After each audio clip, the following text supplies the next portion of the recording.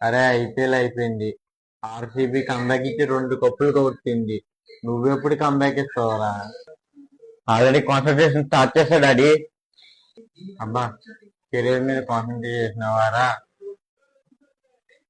Career లేదు, ఏమీ లేదు. పెద్ద సినిమా రిలీజ్ కదా, ఎవరన్నా థియేటర్లు అర్థమంతా గుద్దుకుపోతా. అరే, థియేటర్ ఓన్ బెడితే కత్తులు తీసుకెళ్తున్నావా ఏంటి? కత్తులు గిత్తులు ఏం లేవు డాడీ.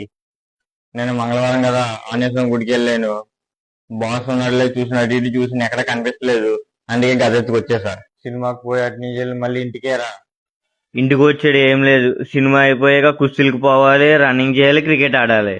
అసలు సినిమా పోవడానికి టికెట్లకి పైసలు ఎవరు ఇచ్చారా నీకు? ఇంటి ముందు జిమ్ ఉంది కదా, అక్కడి నుంచి డబ్బులు ఎత్తుకొచ్చా. దీన్ని అమ్మితే డబ్బులు సెట్టు. అది మన జిమ్ రా.